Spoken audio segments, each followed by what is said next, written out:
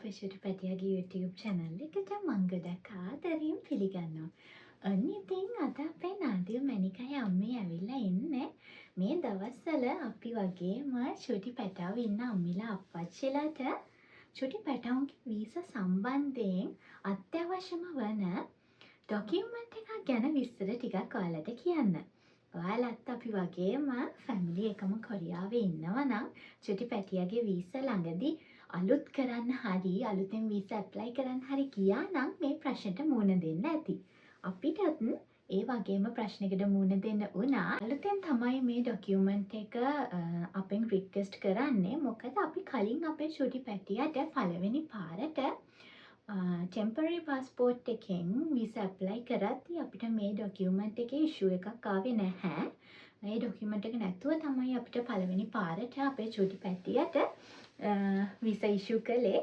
හැබැයි දෙවනි පාරට අපි මෙයාගේ පාස්පෝර්ට් එක ලංකාවේ ඉඳන් ආවට පස්සේ ඒක එම්බසි එකෙන් අරගෙන අපි දෙවනි පාරට ගියා යාන්ජෝ ඉමිග්‍රේෂන් එකට මෙයාගේ වීසා අලුත් කරන්න. ඒ වෙලාවේදී අපි අලුත් ඩොකියුමන්ට් එකක් ඉල්ලුවා. ඇත්තට මේ ඩොකියුමන්ට් එක මොකක්ද කියලා අපි දැනගෙන හිටියේ නැහැ කලින්. කොහොම හරි අපිට සති 3ක වගේ කාලයක් දුන්නා ඒ ඩොකියුමන්ට් එක ගෙනත් දෙන්න. එතකොට අපේ ශුටි පැටියාගේ වීසා අලුත් කරන්න පුළුවන් කියලා. අන්න ඉතින් අද අම්මී ශුටි මැණිකයි මේ ඩොකියුමන්ට් එක කොහොමද ලේසියෙන්ම හදාගන්නේ කියලා දෙන්න තමයි යන්නේ. අපේ ශුටි පැටියා ඉපදුන වෙලාවේ අපිට හොස්පිටල් එකකින් ඉෂුව කරනවානේ බර්ත් සර්ටිෆිකේට්ස් දෙකක්. ඒ කියන්නේ කොරියන් එකයි ඒකෙම ඉංග්‍රීසි ට්‍රාන්ස්ලේෂන් එකයි. එතකොට මේ දෙක අරගෙන අපි එම්බසි එකට ගිහිල්ලා කොරියාවෙන් අපි හදා ගන්නවානේ ශුටි පැටියාගේ බර්ත් සර්ටිෆිකේට් එක. ඒ බර්ත් සර්ටිෆිකේට් එකෙන් තමයි ශුටි පැටියට පළවෙනි පාරට වීසා ඉෂු කරන්නේ. එතකොට ඒකෙන් තමයි අපි ටෙම්පරරි පාස්පෝර්ට් එක ගන්නෙත්. ඒ වගේම ලංකාවට අලුතින් ශුටි පැටියාගේ පාස්පෝර්ට් එක හදන්න ඒ බර්ත් සර්ටිෆිකේට් එක තමයි අපි යවන්නේ. මේ බර්ත් සර්ටිෆිකේට් එකේ කොපියක් අපි ගන්න ඕනි ලංකාවේ රෙජිස්ට්‍රාර් ජෙනරල් දෙපාර්තමේන්තුව. අපි ඊට පස්සේ සර්ටිෆයි කරන්න ඕනි තැන් දෙකකින් මුලින්ම අපි ඒක ෆොරින් මිනිස්ට්‍රි අරගෙන ගිහිල්ලා සර්ටිෆයි කරගෙන ඊට පස්සේ අපි ශ්‍රී ලංකාවේ කොරියානු තානාපති කාර්යාලය, කියන්නේ ශ්‍රී ලංකන් කොරියන් එම්බසි එකට ගිහිල්ලා ඒකෙන් කන්ෆර්ම් කරගන්න ඕනේ. එතකොට ඒගොල්ලන් letter of confirmation කියලා එකක් ඉෂුව කරනවා. මෙන්න මේක තමයි මේ වීසා ඉෂුව කරන වෙලාවේ අපේ ඉමිග්‍රේෂන් ඔෆිස් එකෙන් ඉල්ලුව ඩොකියුමන්ට් එක. අපිට highlight කරලා දීලා තියෙනවා මෙන්න මේ ඩොකියුමන්ට් එක තමයි අපේ අඩුව එක ගෙනත් දෙන්න කියලා. ඒකේ ෆොටෝ එකක් අපි දාන්න. අපේ පැටියා වෙනුවෙන් ලංකාවේ ඉන්න කෙනෙක්නේ බර්ත් සර්ටිෆිකේට් එකේ කොපි එකක් ගන්න යන්නේ. ඒ යන කෙනාට ඕතරයිස් ලෙටර් එකක් දුන්නම ලේසියෙන්ම මේ වැඩේ කරගන්න පුළුවන්. සුහුරුපායේ ඔෆිස් කම්ප්ලෙක්ස් එකේ 15 වෙනි ෆ්ලෝර් එකේ තමයි රෙජිස්ට්‍රාර් ජෙනරල් දෙපාර්තමේන්තුව තියෙන්නේ.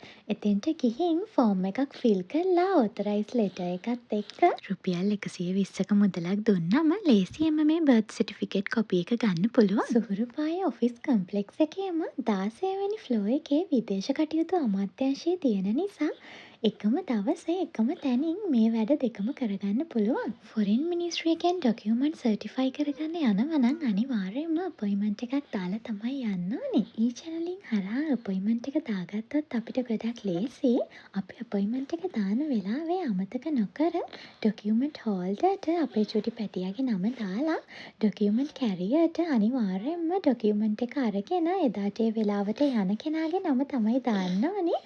අපේ චුටි පැටියාගේ ඩොකියුමන්ට් සර්ටිෆයි කරන්න එයාගේ සීයා ගිය නිසා මම එයාගේ සීයාගේ නම තමයි දැම්මේ. ෆොරින් මිනිස්ට්‍රි එකට යනකොට සර්ටිෆයි කරගන්න ඕන ඩොකියුමන්ට් එකට අමතරව චුටි බබාගේ පාස්පෝර්ට් කොපි එකයි, ඔතරයිස් ලෙටර් එකයි, ඔතරයිස් පර්සන්ගේ NIC එක හෝ පාස්පෝර්ට් එක කරලා අරගෙන යන්න ඕනේ. ඒ වගේම 1600ක මුදලක් තමයි යන්නේ එක ඩොකියුමන්ට් එකක් සර්ටිෆයි කරන්න. ෆොරින් මිනිස්ට්‍රි එකෙන් සර්ටිෆයි කරගත්ත චුටි බබාගේ බර්ත් සර්ටිෆිකේට් කොපි එක අපි අන්තිමට අරන් යන්න ඕනේ කොරියන් එම්බසි එකට. කොරියන් එම්බසි එක ඇතුළට යන්න නම් අනිවාර්යයෙන්ම ඔන්ලයින් අපොයින්ට්මන්ට් එකක් තියෙන්නම ඕනේ. එම්බසි අපොයින්ට්මන්ට්ස් දාගන්න විදිය නම් ඉතින් ගොඩක් දෙනෙක් දන්න නිසා මම ඒ ගැන කියන්න යන්නේ නැහැ. කොහොම වුණත් චුටි බබාගේ වැඩේට අපොයින්ට්මන්ට් එකක් දානකොට සර්විස් එක විදිහට අපි සිලෙක්ට් කරන්න ඕනේ කන්ෆර්මේෂන් චෙකින් බ්ලැක් ලිස්ට් කියන එක. ඒ වගේම මතක ඇතුව නෝට්ස් කියන සෙක්ෂන් එකේ අපි වෙනුවෙන් අපේ ඩොකියුමන්ට් අරන් යන කෙනා ගැන පොඩි සඳහන් කිරීමක් කරන්න. කොරියාවේ ඉන්න අපි වෙනුවෙන් ලංකාවේ ඉන්න තර්ඩ් පාර්ටි එකක්නේ අපේ ඩොකියුමන්ට්ස් අරගෙන යන්නේ එම්බසි එකට. මේ එම්බසි එකට යන කෙනාට අනිවාර්යෙන්ම ඕතරයිස් ලෙටර් එකක් දෙන්නම ඕනි. මේ ලෙටර් එකේ ෆෝමැට් එක අපිට එම්බසි වෙබ්සයිට් එකෙන් ගන්න පුළුවන්. අනිවාර්යෙන්ම මේ ෆෝමැට් එකටම ලෙටර් එක තියෙන්නම ඕනි. මේ ලෙටර් එක ෆිල් කරනකොට ඇප්ලිකන්ට් චුටි පැටියාගේ විස්තර දාලා ෆිල් කරන්න ඕනි. apply for notarization and collect notarized documents කියන දෙකම ටික් කරන්න ඕනි. authorized personට අපේ documents අරන් යන කෙනාගේ විස්තර දාන්න ඕනි. period of authorization කියන තැන until revoked කියන එක ටික් කරලා ඊට යටින් තියෙන from කියන තැන අපි documents අරන් යන දවසයි ඊට පස්සේ to කියන තැන අපි document certify කරන්න ගෙනියන දවසේ ඉඳන් මාස 3ක් ඉස්සරහට date එක දාන්න ඕනේ. අන්තිමට confirm by කියන section එකේ name of applicant කියන තැනට අපේ චුටි පැටියාගේ නම දාලා signature of applicant කියද්දී චුටි පැටියාට sign කරන්න බැරි නිසා එයාගේ අප්පච්චි sign කරලා ඒ වෙනුවට අප්පච්චිගේ signature එක දැම්මනම් හරි.